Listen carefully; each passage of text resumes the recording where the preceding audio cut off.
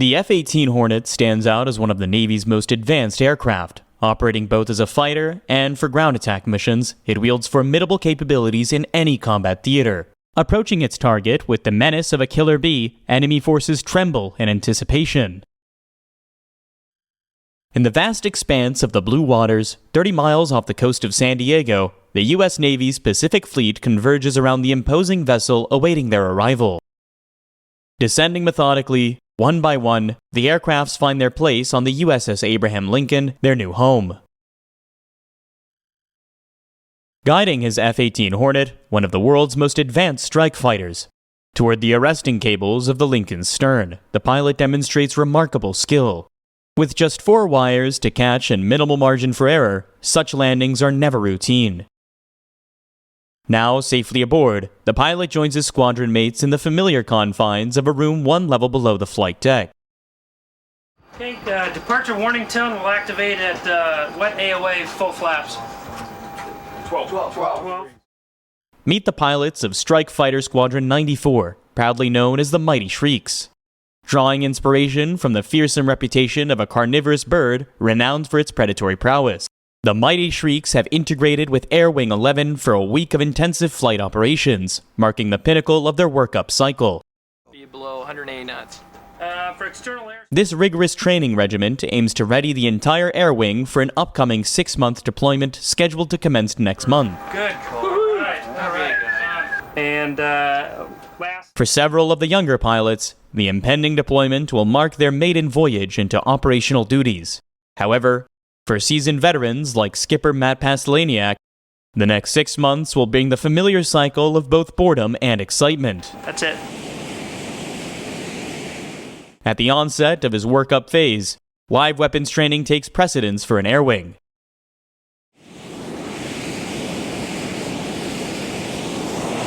Operating as both a fighter and an attack aircraft, the F-18 demands intensive weapons training for the 2 Hornet squadrons stationed aboard the Lincoln. During this busy period, some pilots will engage in bomb drops, while others, such as Lieutenant Brenda Scheifele, will unleash air-to-air missiles. I'm going to be firing a air-to-air missile, my first. I've never actually shot one. We're going to be firing at a drone out about 100 and something miles off the coast. It's going to be pretty exciting. It's got a warhead on it.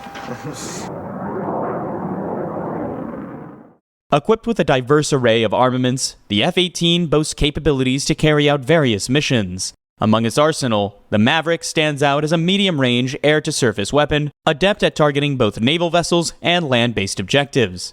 The HRAM, known as a high-speed anti-radiation missile, serves the critical function of neutralizing enemy radar stations. In the crucible of the Persian Gulf War, the Hornet's air-to-ground capabilities were fully utilized. A vast array of ordnance, ranging from laser-guided munitions to conventional bombs, rained down upon Iraqi targets. Evolving from modern air-to-air engagements, the Hornet now boasts the capability to carry the Advanced Medium-Range Air-to-Air Missile, or AMRAAM. Live missile training goes beyond mere target practice. Often, multiple drones are deployed simultaneously, presenting a complex and dynamic challenge for pilots honing their skills. Utilizing the radar signal provided, the pilot faces the critical task of distinguishing between friends and foe signals. The necessity for such rigorous training was starkly highlighted by a tragic incident in northern Iraq, where 2 Air Force jets inadvertently targeted and downed an Army helicopter. When that happened, it really strikes a lot of pilots because to us it makes it seem like everybody looks at us like we're a bunch of knuckleheads, and it's very professional and very precise. After that happened, we totally reevaluated all our rules of engagement, and now you're going to be absolutely certain that that is not going to happen again, which is important. When you squeeze the trigger, you're going to be 100% sure that that person is the enemy and not a friend.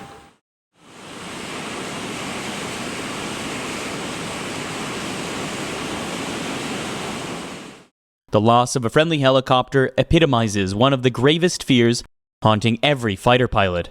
Endangering the lives of fellow servicemen epitomizes the most dire scenario imaginable. So when F-18 squadrons were called upon to help enforce a no-fly zone over Bosnia-Herzegovina, the mistake made in Iraq was fresh on the minds of all pilots involved. 5110. Okay, you're going to drop a mark on the south wind there. I guess the western one. Two of them, looks like 5-bladed props.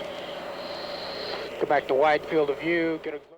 The footage depicts military outposts under the control of the Bosnian Serbs. Equipped with infrared sensors, the F-18 Hornet enables close monitoring of the location and movements of Bosnian helicopters and other military assets.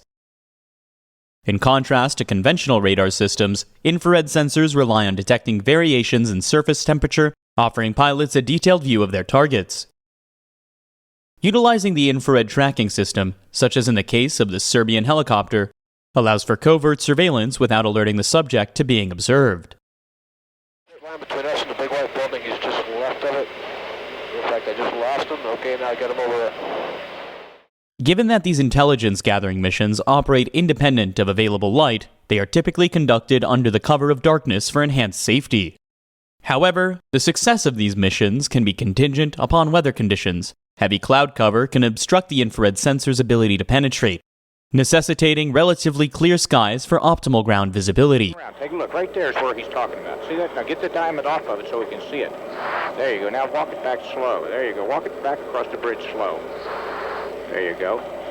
Okay, now hold it there. We'll come back and get another one. While the movement of the helicopters and tanks commands attention in Bosnia, they are not the sole points of interest. Pilots navigating over hostile territories must maintain vigilant watch over the paramount threat, surface-to-air missile launchers, commonly known as SAM sites.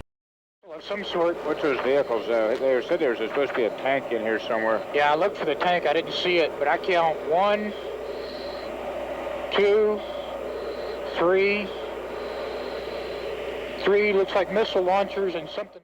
Despite the technological superiority of the U.S. military, the precision of a single well-guided SAM could potentially entangle America in unwanted conflict.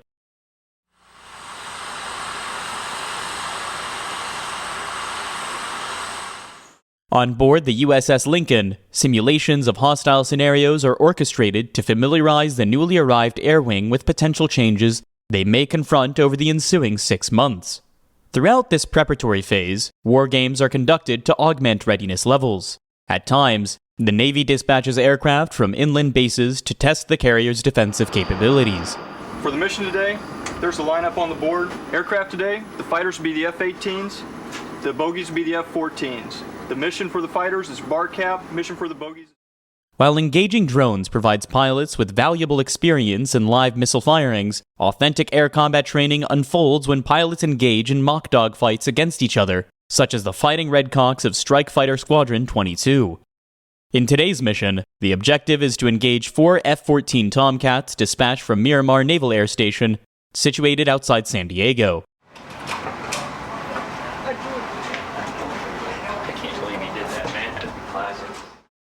While air combat training serves as a crucial element within readiness exercises, it falls short of simulating the complexities of real-world combat scenarios. During these exercises, our pilots anticipate the incoming adversaries, comprehending the tactics they'll encounter, and meticulously planning counter moves.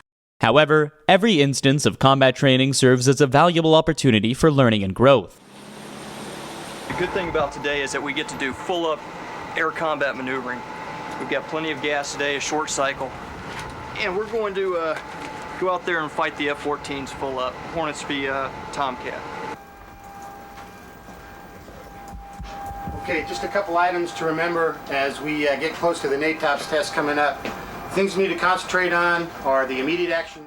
Back in the ready room belonging to the mighty Shrikes, Squadron Commander Matt Pasteliniak gives a daily prep talk to his pilots. His squadron fondly calls him Paz, a testament to the camaraderie he fosters within the group. With a background as a former linebacker at the Naval Academy, Paz possesses the leadership skills essential for uniting people and orchestrating cohesive teamwork. Amidst the tumult of Desert Storm, Paz served as a strike leader on numerous missions to downtown Baghdad, showcasing his mettle in high-stakes combat scenarios. Throughout this week of combat training exercises, his squadron will replicate live combat situations, preparing themselves for the challenges ahead. For insights into the mindset of a pilot entering a war zone, Paz serves as an invaluable resource. In actual combat was probably the most excited and the most terrified at one time that I've ever been.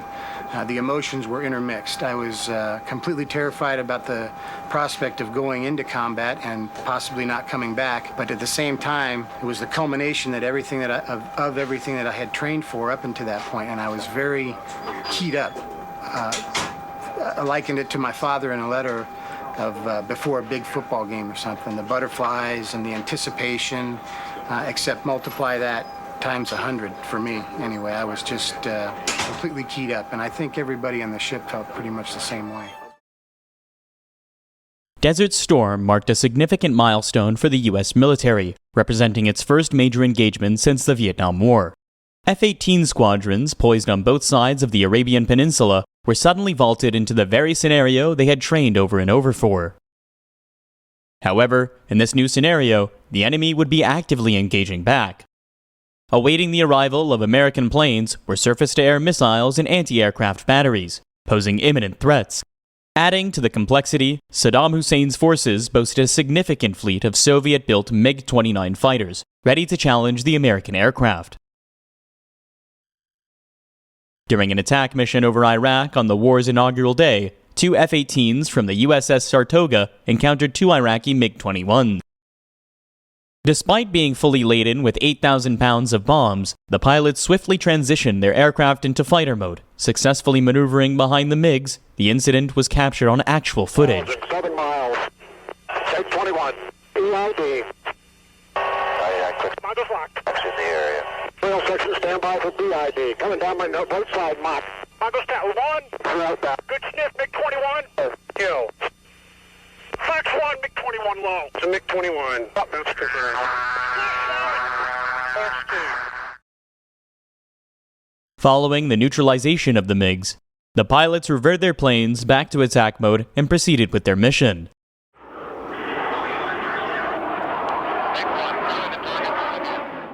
Throughout the Persian Gulf War, over 200 Hornets from both the US and Canada executed round-the-clock missions over Iraq and Kuwait. With the Iraqi Air Force incapacitated within the initial days of the conflict, Hornet squadrons redirected their focus toward targeting missile launchers, aircraft bunkers, and other military installations.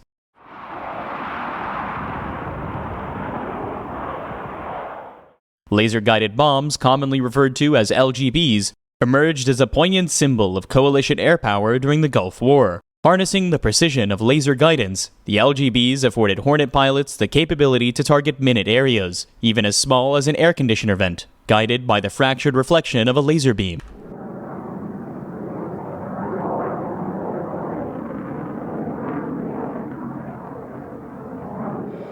Despite the dominance of coalition air power, the presence of surface-to-air missiles meant that every mission was an adventure. Matt Pastelaniak vividly recalls a harrowing encounter he faced during an attack mission. Just before I re-entered the clouds, there was a huge flash which was reflected off the cloud layer. I just assumed that was my bombs, the explosions of my bombs going off. And just shortly after that, the XO now, who was in the squadron with me also at the time, just came up one word and said, "Paz?" And I said, "Yeah," and there was no other answer. Until he rendezvoused with the ship, Paz remained oblivious as to why his squadron mate had urgently called out his name. We were in the ready room afterwards filling out the paperwork, and he came up behind me and said, "Hey, did you see that?" And I said, "What are you talking about?" And he said, "I thought you may have been hit because there was a SAM that exploded in front of me right where you were supposed to have been. That's why I called Paz. I thought you'd been hit." So things you find out afterwards that had you known at the time may have caused you to blood pressure to elevate significantly. At the time it was like, well, I didn't see it, no. And it was the classic, it's the one that you don't see that's probably the one that's going to get you. Typically, strike missions were executed by several planes operating in cohesive formations. Upon completing the attack, the strike group would regroup and depart collectively. However, the chaotic nature of combat often disrupted this orderly process. We were going out on a strike, and we were given intelligence that the Iraqis were trying to tap aircraft as they were egressing from the strike groups. And they put me on the strike towards the tail end, one of the last airplanes to roll in. And on the roll in, there was a missile being fired, and I did a jink and realized that the missile was just going up ballistically, wasn't guiding, came back, and dropped my bombs on the target, came off a little low, a lot of AAA, and cloud cover around there. Did some jinking, and as I came off target, realized I'd gotten separated from the strike group, which is exactly what you didn't want to have happen. I had to egress as a single, which is pretty lonely over southern Iraq. Looked up, and I picked up an airplane that was egressing, climbed up on its wing, and it was a lone F-16. Obviously doing the same thing, separated from his strike group, and it was as if we both saw each other at the same time. Both airplanes went into perfect formation of beam, and we egressed together, hit the water, gave each other a wing flash, and kind of went on our own way. But that's the one that I think I remember more than any other. In instances where multiple aircraft fell victim to anti-aircraft artillery, the strike groups adjusted their tactics, shifting the aerial warfare to higher altitudes. Now, confronted with the threat of surface-to-air missiles, the dynamics of the battlefield changed. Unlike conventional bullets, most surface-to-air missiles could be evaded through skilled maneuvering. Commander Raymond Zach bore first-hand witness to the effectiveness of these evasive maneuvers. And while we were ingressing to the target, we had been intermittently locked up by some SA-2 and 3 sites, some surface-to-air missiles. Box 3, bogey 11,000. Shut guards. And as it happened, just as we came off target and we were the last two coming off target, my wingman, this was his first mission, was in full afterburner trying to egress from the target, and he was about 1.5 miles out in front of me. And I found myself as the very last guy off target and was locked up by an SA-2 and 3 site.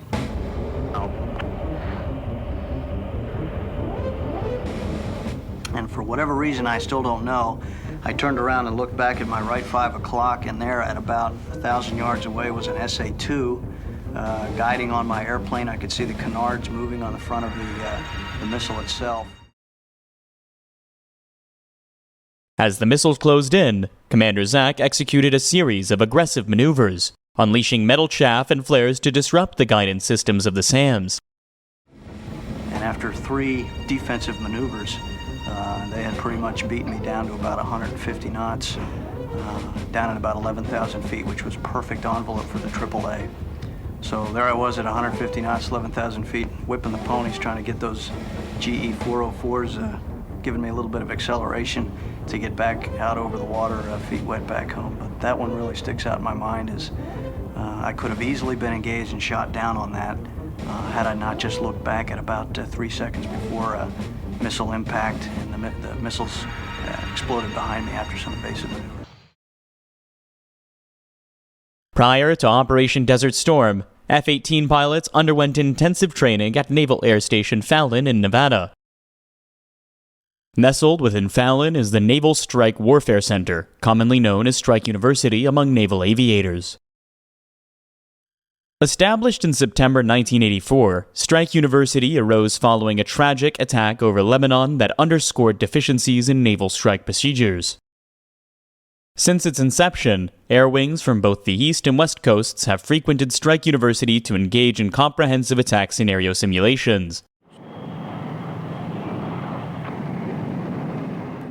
The rugged terrain of central Nevada serves as an ideal backdrop for replicating hostile environments. Within Fallon's expansive ranges, Hornet pilots navigate toward the designated targets, navigating through a dynamic maze of simulated defense en route. Radar stations on the ground keep a watchful eye out for the incoming planes. Targets are heavily guarded by soldiers simulating surface-to-air missile launchers. Upon successfully navigating through enemy defenses, the F-18 pilots proceed to destroy the designated targets. Although the enemy employs simulated weapons, this training closely mimics real-world combat scenarios, providing invaluable experience for the pilots. The unconventional paint scheme of certain F-18s, such as those belonging to Strike Fighter Squadron 127, may bear resemblance to Iraqi MiG-29s, adding to the authenticity of the training environment at Fallon. Within Fallon's training regimen, Squadron 127 assumes the role of the adversary, operating both F-18s and F-5s, thereby offering pilots a unique challenge. When we first enter the squadron, we go through an in-house syllabus, and while we're doing that, we try to learn the various tactics of all threat countries. You know, the North Koreans, former Soviet Union, anybody out there who you could expect to fight in combat. Right now, we're concentrating a lot on Iraq and Iran. And we just try to get up to speed with what they do. We go out there and present that particular tactic to the fleet, and hopefully then we get blown up and we die. That's our job. Check, bagger's clean on you. One-on-one dogfights form a crucial component of the training curriculum at Fallon. High above the rugged mountains of central Nevada, fleet pilots embark on their search for the adversary. Awaiting engagement 20 miles to the south, the adversary pilot indulges in a pre-flight ritual, playfully inverting his Hornet to acclimate to the unnatural G-forces anticipated during the ensuing aerial duel. At this juncture, the fleet pilot successfully locates the adversary, having been briefed on the expectation of facing an Iraqi pilot flying a MiG-29.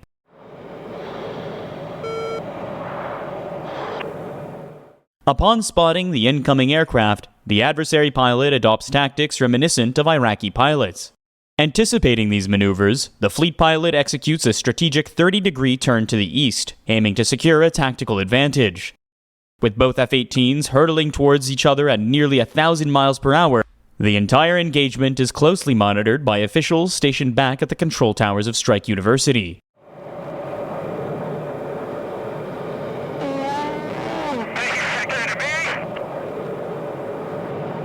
Brett to the strikers. Crew's not gonna. As both planes draw closer within visual range, the adversary pilot executes evasive maneuvers characteristic of Iraqi tactics, while the fleet pilot adeptly counters in response. In the chaotic seconds to follow, the fleet pilot manages to get behind the adversary. Unable to shake off his pursuer, the adversary pilot can only anticipate the imminent launch of his opponent's Sidewinder missile.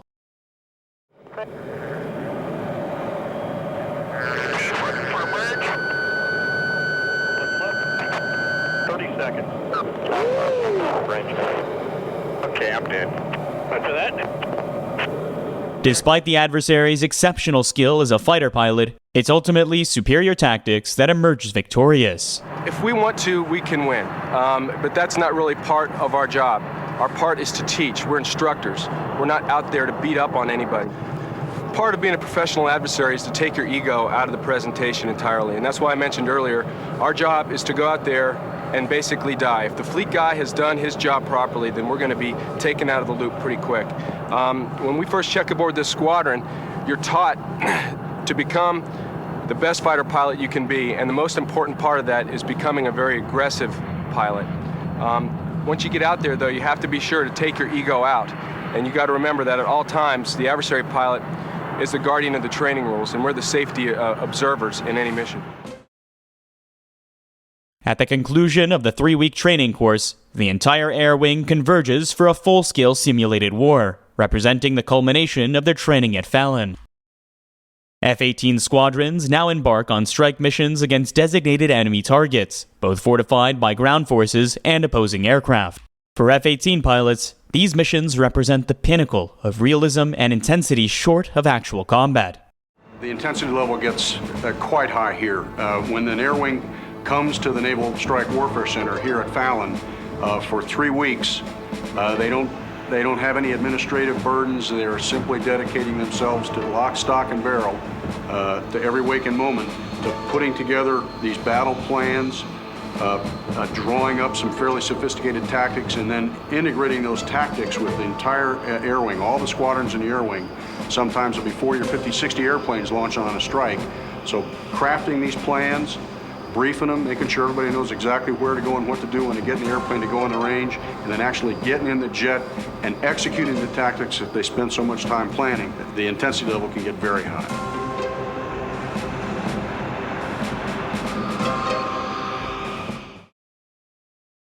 The aerial conflict over Nevada commences with the departure of the adversary squadron.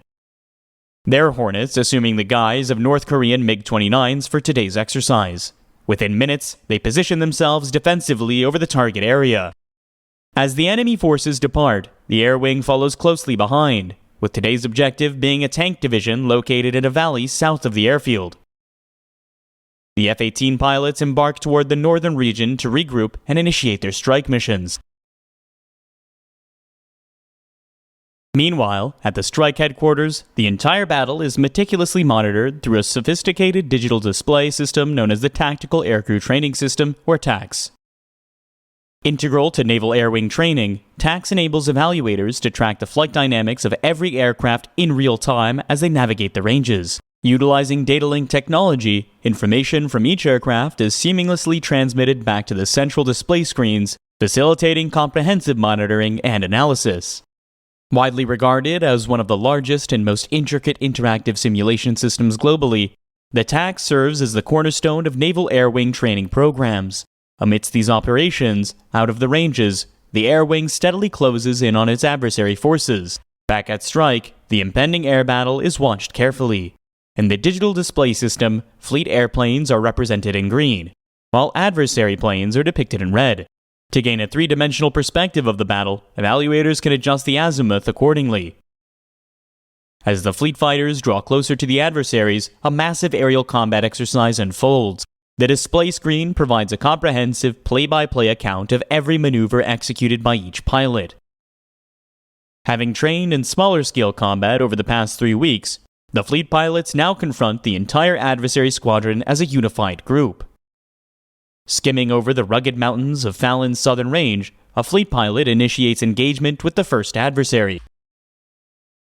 For enhanced clarity and detail of each dogfight, the display screen transitions to the cockpit view of the combatant, enabling evaluators to observe the unfolding events in real time. With this perspective, evaluators back at strike can witness precisely what the pilot sees as the action unfolds. When a fleet pilot successfully acquires a lock-on, the tone emitted from his signwinder signals to the adversary that they've been targeted and eliminated. On the digital screen, the missile impact is clearly visible as it strikes the target with precision. One by one, the adversary pilots are eliminated from the training exercise, their aircraft symbolically shot down on the display.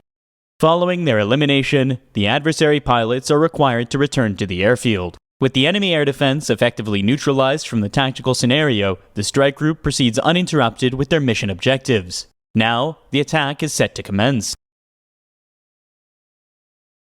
In a desolate valley located 15 miles south of the airfield, the enemy tank division finds itself engulfed by the relentless onslaught of the air wing. Executing the raid with precision, the tank division is systematically dismantled and obliterated.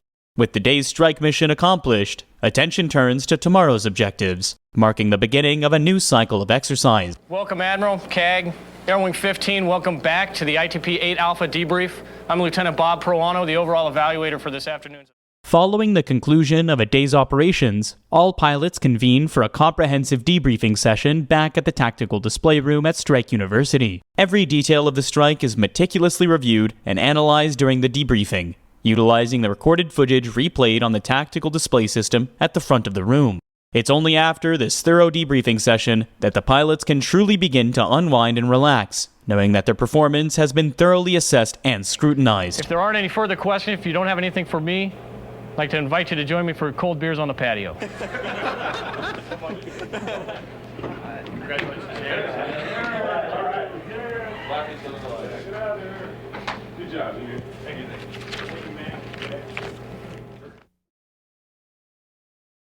On February 23, 1991, the coalition forces launched the ground offensive against Iraq. At the forefront of Saddam Hussein's defenses stood his elite Republican Guard units and their associated tank divisions. The ground assault on Iraq was immense, with over 200,000 troops advancing westward to encircle the Iraqi army. Despite a month of intensive aerial bombardment, coalition leaders remained uncertain about the levels of resistance they would face in the forthcoming battle for Kuwait. Consequently, as coalition ground forces pushed across the border, the focus shifted from aerial bombing campaigns to the critical need for close air support.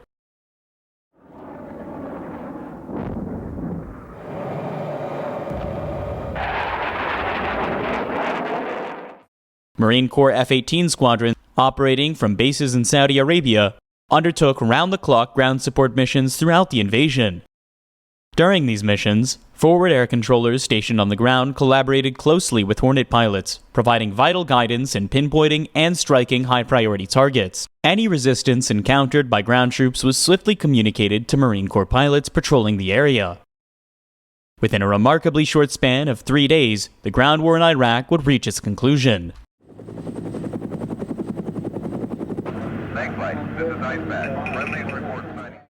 Located in 29 Palms, California, is the Marine Air Ground Combat Center, where the Marines conduct extensive armed exercises akin to the invasion of Iraq up to 10 times a year.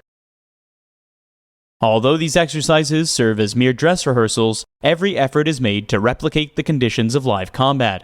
Spanning anywhere from 2 to 6 weeks, combined armed exercises immerse Marines in a range of battlefield scenarios, utilizing live ammunition and artillery. Culminating in the Phoenix, a 3-day war simulation involving up to 2 battalions of Marines, these exercises serve as rigorous training to ensure readiness for any real-world contingencies.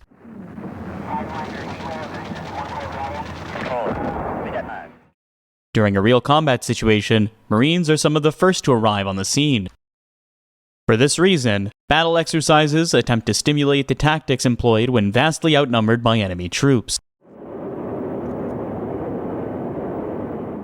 Mere miles from the battlefield, Marine Corps pilots reside in tents, mirroring the conditions they would encounter in an actual wartime scenario. When the urgent call for the air support rings out, the pilots swiftly mobilize, racing towards their F-18s. Within minutes, they ascend into the skies, hurtling towards the impending conflict zone. Upon reaching the battlefield, the pilot establishes contact with the forward air controller on the ground, swiftly identifying and engaging the target. The bond between Marine Corps pilots and ground personnel is distinctive to their service. All Marine officers undergo uniform training, ensuring a shared understanding of the challenges faced in a combat zone. Marine pilots, accustomed to the trudging through swamps and deserts with heavy boots and rifles, empathize with the infantryman's call for close air support, recognizing the gravity of their comrades' predicament. Among the myriad of missions undertaken, Marine pilots unanimously regard close air support as the most fulfilling.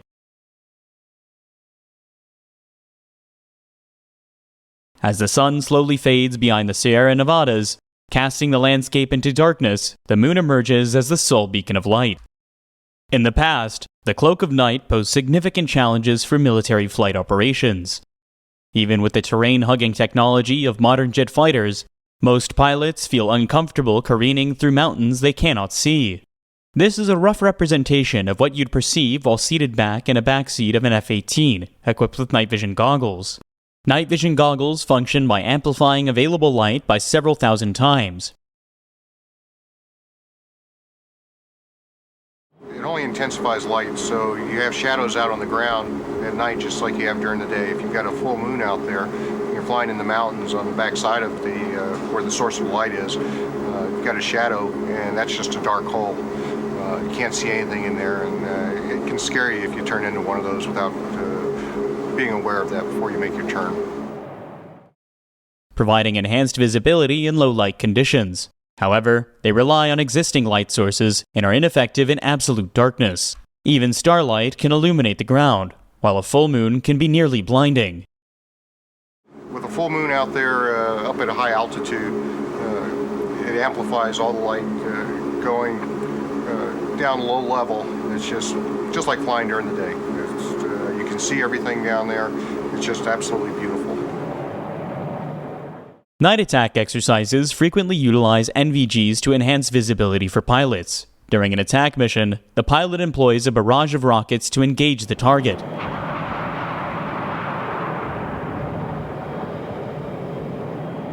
Due to the sensitivity of NVGs, standard cockpit displays would be excessively bright, potentially impairing the pilot's vision. To mitigate this, F-18s are equipped with a switch that adjusts the cockpit lighting to a night vision setting. Upon approaching a well-lit landing area, the pilot removes the NVGs and switches the cockpit lighting back to standard mode for optimal visibility and control during landing.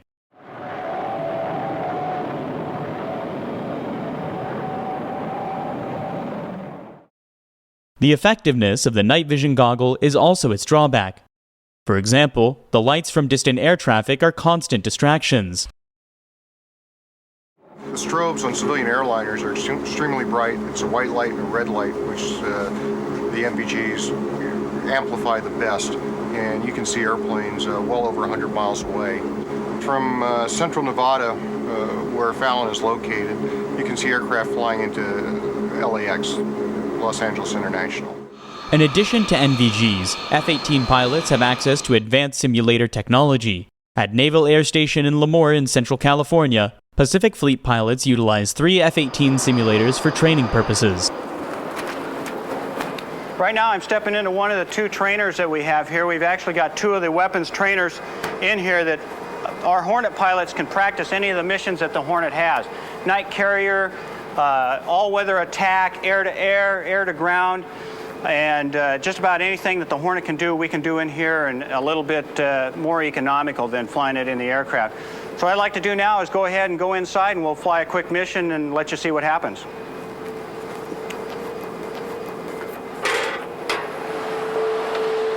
Inside the dome here, you can see the trainer that I'm going to be climbing inside of, and also you can hear the echo that comes from this almost perfect spherical dome in here.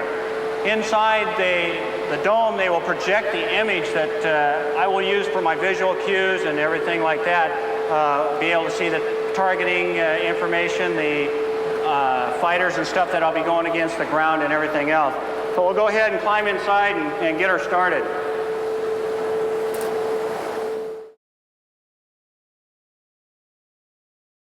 As Carl prepares for his simulated flight, mission data is loaded into the simulator's computer console in an adjacent room. For Carl's scenario, it's decided that he will take off from Lemoore on a sunny afternoon, although alternate scenarios could involve catapulting from an aircraft carrier on a rainy evening.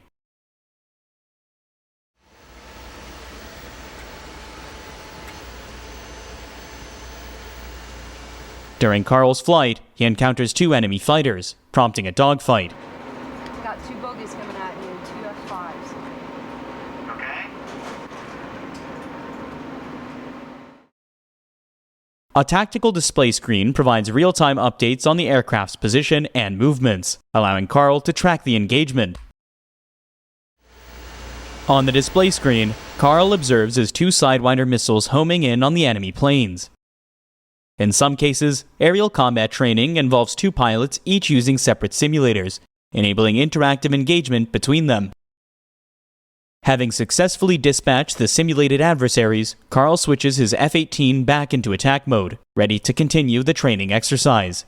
The target today will be the Miramar Naval Air Station outside of San Diego.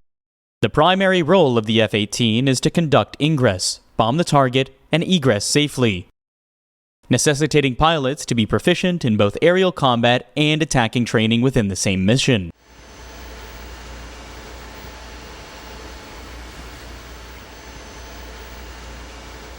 Following an attack on Miramar Air Station, Carl navigates southwest, flying at low altitudes to evade radar detection.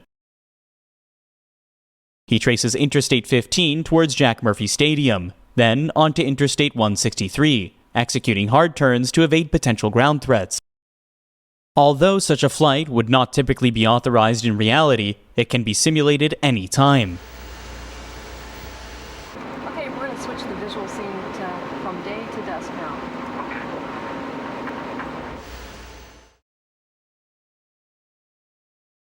With a simple button press, daylight transitions into dusk, setting the stage for Carl's descent towards Santa Catalina Island.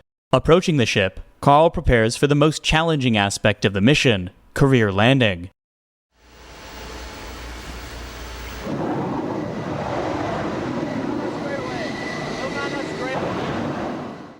The crew of the USS Abraham Lincoln understands the inherent risks of carrier flight operations all too well, having experienced a recent tragedy when an F-18 pilot from BFA 22 tragically perished during a night catapult launch just 3 days prior. The loss of a shipmate and friend serves as a solemn reminder to all aboard the carrier that disaster can strike easily, while achieving success remains a constant challenge. It's dangerous. I mean, we've already lost two people, two of good friends of ours, in the last 2 workup cycles. It's not a safe place to be. But it's not something we dwell on either. It's exciting, challenging, and it's someplace where every single one of us wants to be. And we compete to be here. And it's near and dear to our hearts to do this kind of job. If you dwell on it, you're doomed. So we just kind of just go on.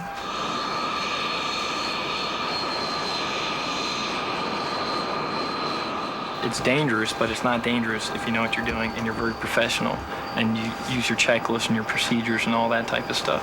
The movie Top Gun it was a myth. Nobody flies like that. There are no JOs. We may pan around and I make fun of NFOs and stuff like that, but that's all in good spirit because we all know that 5 minutes from now, one of us may not make it back aboard the ship.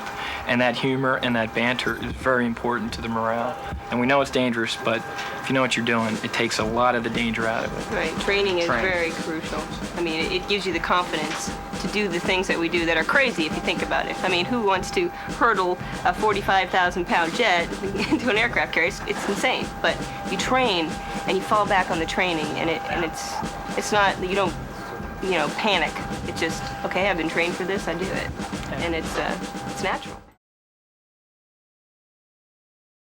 Following today's mission, both Hornet squadrons will return to their home base in Lemoore, California. In just a month's time, they will reconvene within these same hallways for their upcoming 6-month cruise. In the interim period, they will persist in their training and preparations, readying themselves for whatever unforeseen events the future may hold.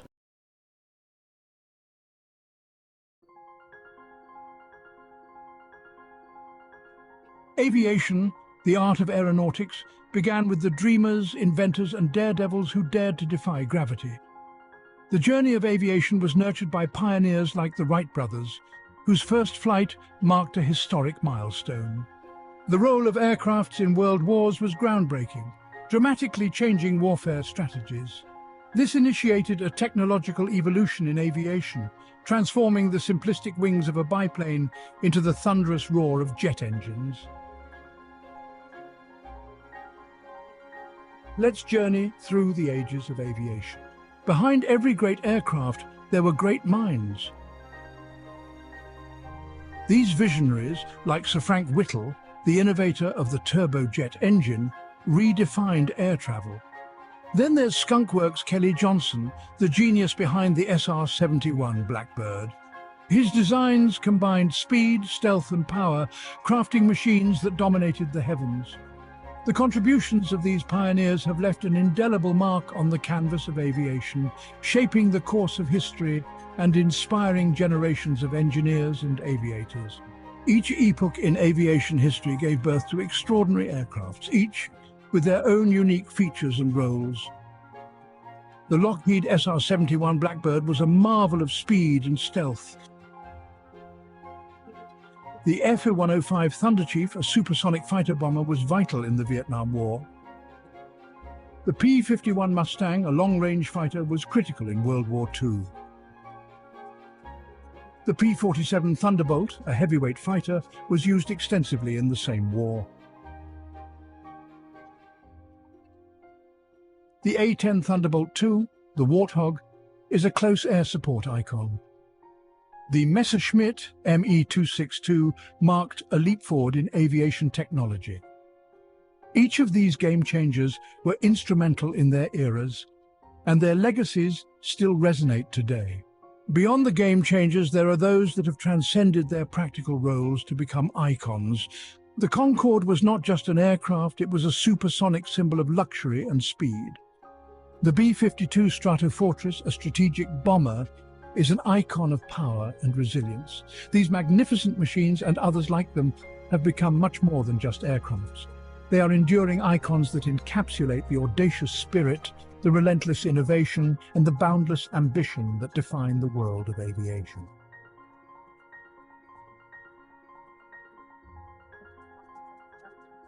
For more amazing aerial footage, and to join us in this incredible journey, check out the Dronescapes YouTube channel. If you enjoyed this video, please remember to like and subscribe. And as always, thank you for watching.